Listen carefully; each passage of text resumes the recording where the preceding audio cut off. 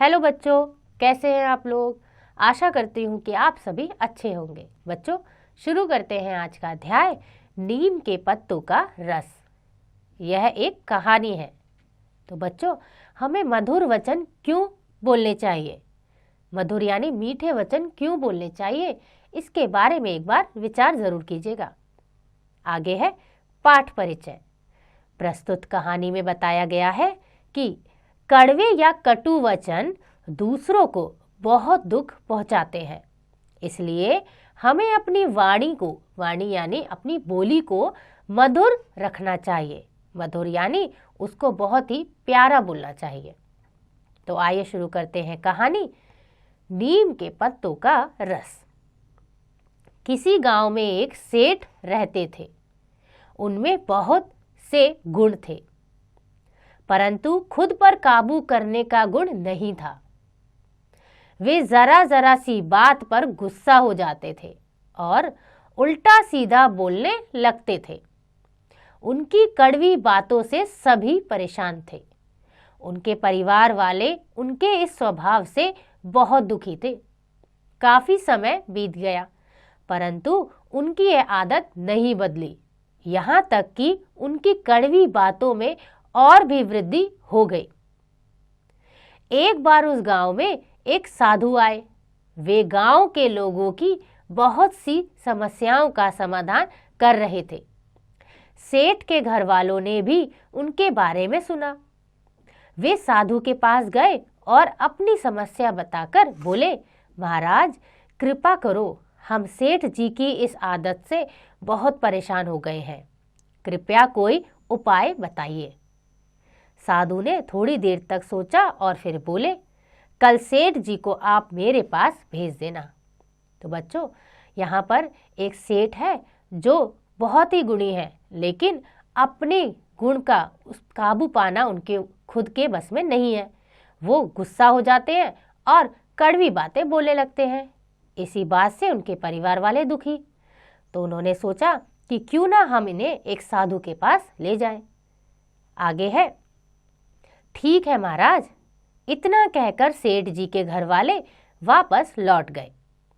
सेठ जी के घर वालों ने बहुत यत्न किए यानी प्रयास किए, परंतु सेठ जी टस से मस नहीं हुए। तो बच्चों, सेठ जी के घर वालों ने कोशिश की कि सेठ जी को वह साधु के पास ले जाए, लेकिन सेठ जी अपनी जगह से हिल ही नहीं रहे थे। वे साधु के पास बिल्कुल नहीं गए। जब सेठ जी नहीं माने तो एक दिन साधु महाराज अपने आप ही उनके घर पहुंच गए।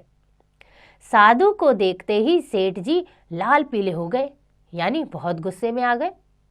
वे अपने घर वालों को बुरा भला कहने लगे। सभी घर वाले और साधु शांति से सेठ जी की गालियां सुनते रहे। जब सेठ जी शांत हो गए, तब साधु महाराज सेठ जी के पास गए और बोले, सेठ जी, मैं आपके लिए हिमालय से एक तरल पदार्थ लाया हूं। तरल पदार्थ यानी एक ऐसा पदार्थ जो पानी जैसा होता है। यह बहुत चमत्कारी है, जरा पीकर देखिए। सेठ जी थोड़ी देर तक आनाकानी करने लगे, यानी कि वह मना करने लगे।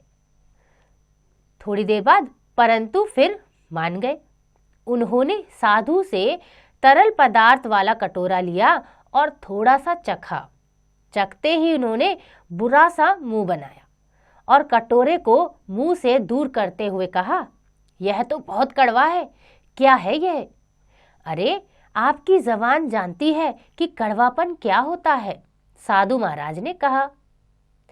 यह तो हर कोई बता सकता है, हैरानी से सेठ जी ने कहा।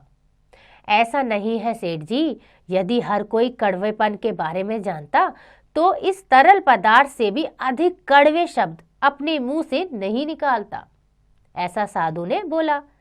साधु महाराज की इस बात को सुनकर सेठ जी उन्हें अपलक देखते रहे। यानी जब साधु जी ने उन्हें ऐसी बातें कही तो सेठ जी ने उन्हें बिना पलके झपके देखना शुरू कर दिया। साधु फिर से बोले, सेठ जी याद रखिए, जो व्यक्ति कड़वे वचन बोलता है वह दूसरों को दुख पहुंचाने से पहले अपनी जुबान को गंदा करता है। सेठ जी साधु महाराज की मंशा समझ गए। वे जान गए कि साधु ने यह सब उन्हें ही लक्षित करके कहा है, यानी लक्षित यानी कि उन्हीं पर संकेत किया है। साधु ने सेठ जी को ही बोला है। वे तुरंत साधु महाराज के चरणों में गिर पड़े और बोले, आपने मेरी आंखें खोल दी महाराज। आज के बाद मैं किसी को भी कड़वे बोल नहीं कहूँगा। उनकी ये बातें सुनते ही सेठ जी के घर वालों के चेहरे प्रसन्नता से खिल उठे। तभी सेठ जी ने साधु महाराज से पूछा, परंतु महाराज, यह तरल पदार्थ जो आप हिमालय से लाए हो वास्तव में क्या है? साधु मुस्कुराए और बोले, नीम के पत्तों का रस। क्या? सेठ जी ने हैरानी से कहा। और थोड़ी देर बाद सेठ जी के साथ साथ सभी हंस पड़े। तो देखा बच्चों कि नीम के पत्ते जैसे कड़वे होते हैं, अगर हम अपनी जुबान को भी ऐसा ही कड़वा बना ले तो लोगों को कितना दुख पहुंचता है। तो बच्चों याद रखिएगा, अच्छी वाणी बोलना ही एक अच्छे व्यक्ति का अच्छा स्वभाव होता है। इसलिए हम जब भी बोले अच्छा बोले, मीठा बोले, क्योंकि अच्छी वाणी सबको अच्छी लगती है।